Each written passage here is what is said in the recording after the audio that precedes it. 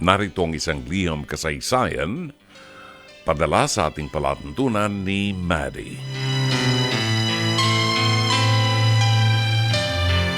Dear Dr. Love, itago niyo lamang po ako sa pangalang Maddie, 32 anyos ng Iligan City.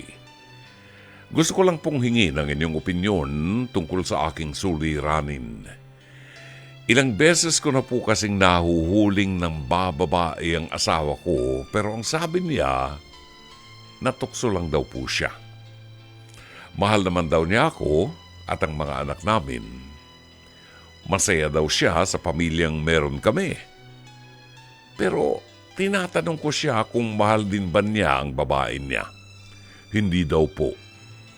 Dala lang daw yun ang tawag ng laman.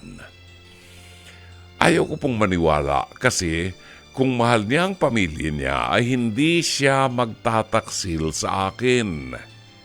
Patuloy ko po siyang pinapatawad alang-alang sa pamilyang meron kami. Dr. Love, nasasaktan na po ako sa paulit-ulit na pambababae ng asawa ko. Pero mahal ko pa po siya. Hindi ko po kayang humiwalay sa kanya. Sa totoo lang po, maya't maya ay iniisip ko ito. Hindi ko na po alam kung anong gagawin ko.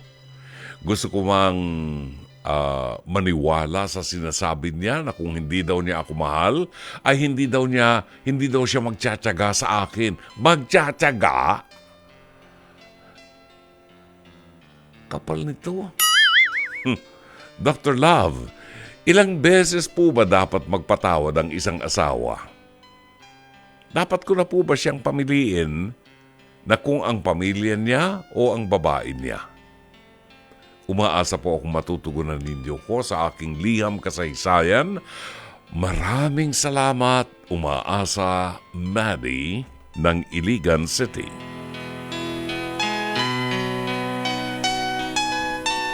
O Maddie, ikaw ang sumulat sa akin dito at ikaw nagpadala ng liham kasaysayan, ha? Kaya tanggapin mo kung anong sasabihin ko. Isa kang dakilang tanga. Yan. Inuna no? Isa kang dakilang tanga. Eko pa, no?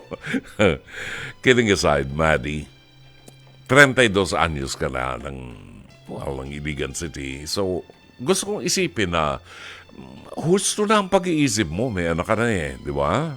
Tinatanong mo yung asawa mo, sino bang mahal mo?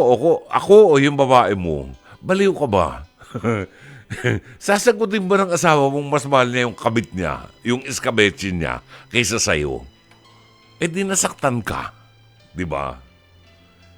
Hindi niya sasabihin na mas mahal niya yung iskabetsin niya. Sasabihin niya mahal ka niya kasi ikaw ang ina ng kanyang mga anak.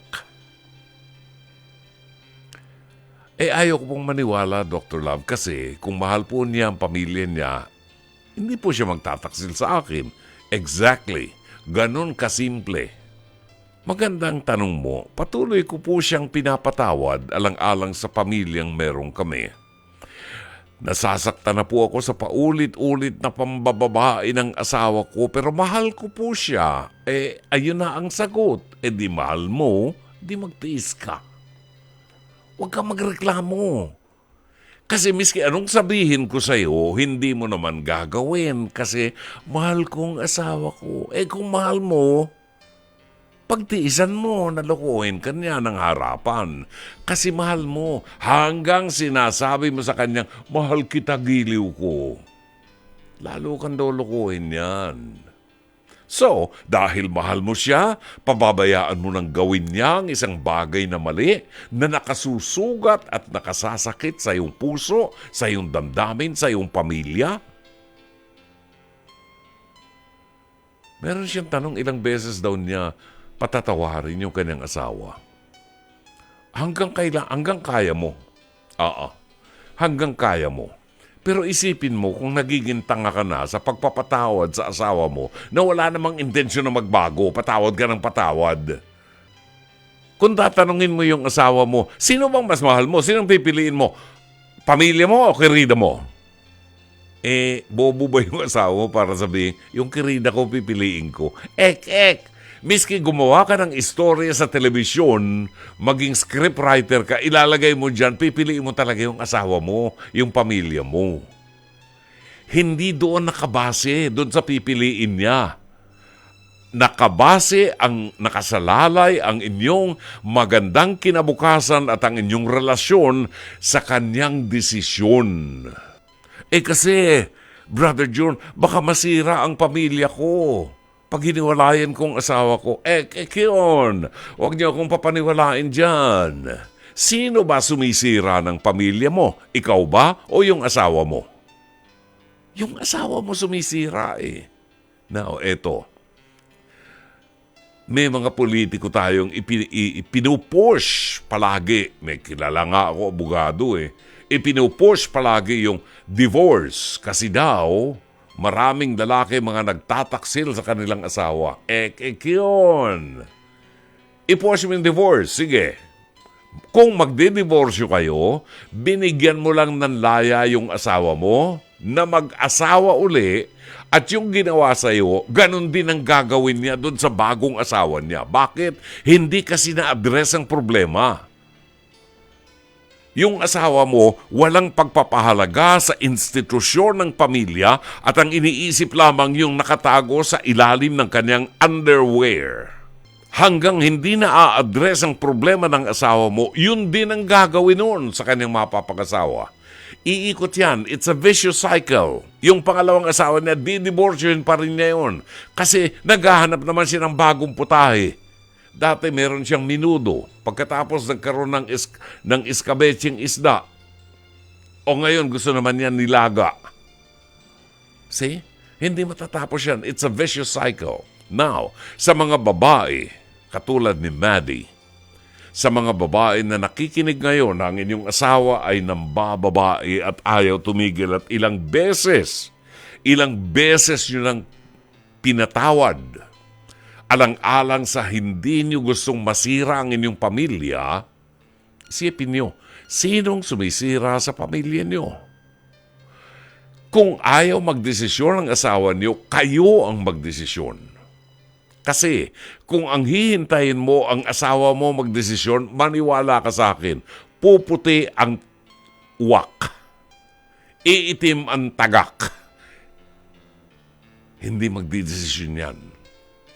Maniwala ka sa akin, ginawa ko yan We will buy time. See? Ganon katindi ang mga lalaking babaero. Kayo ang magdesisyon. Sabihin ko sa inyong totoo. Sa mata ng Diyos, hindi po kasalanan na humiwalay ka sa asawa mo kung ang asawa mo ay hindi nagbibigay ng pagpapahalaga at respeto sa institusyon ng matrimonyo. Kung sakit ng ulo asawa mo, hiwalayan mo ang kambing na yan. Huwag ka lang makikipagrelasyon sa iba. Di ba? Yan ang malinaw. Kasi baka ang gawin mo, hiwalayan mo nga yung asawa mo pagkatapos makikipagrelasyon ka sa iba. Kasalanan yun. Ngayon, kung mananatili kang chaste, malinis, sa mata ng tao at sa mata ng Diyos, binibigyan mo lang ng kapayapaan ang pamilya mo. Wala pong kasalanan doon. At kung magtanong ang mga anak mo, sakaling magtanong, bakit kayo naghiwalay ni Daddy? Sabihin mo ang totoo, huwag kang magsinungaling. Sabihin mo ang totoo na ang tatay mo ayaw bumitaw sa kanyang kirida. Di mapapahiya naman yung asawa ko. Dapat lang. Dapat lang. Dapat na malaman ng mga anak mo ang katotohanan. Hindi po kayo nagpakasal para maging martir. Kahit magpakamartir kayo sa asawa niyo, hindi kayo magiging santo kung iyan lang ang dahilan ng pagiging martir niyo. Kasi, kaya nadidemonyo ang asawa niyo sapagkat wala na po ang Diyos. sa kanyang pag-iisip. Wala na ang Diyos sa buhay niya. Brother June, ano nangyari sa iyo? Bakit nagbalik ka sa asawa mo at sa pamilya mo? Yun nga po ang clue. Ang clue doon, tinanggap ko muli ang Diyos sa buhay ko. Dahil kung kasama niyo ang Diyos, everything will fall into its proper place. Sana'y natulungan ka ng palatuntunang ito. As always, Dr. Love.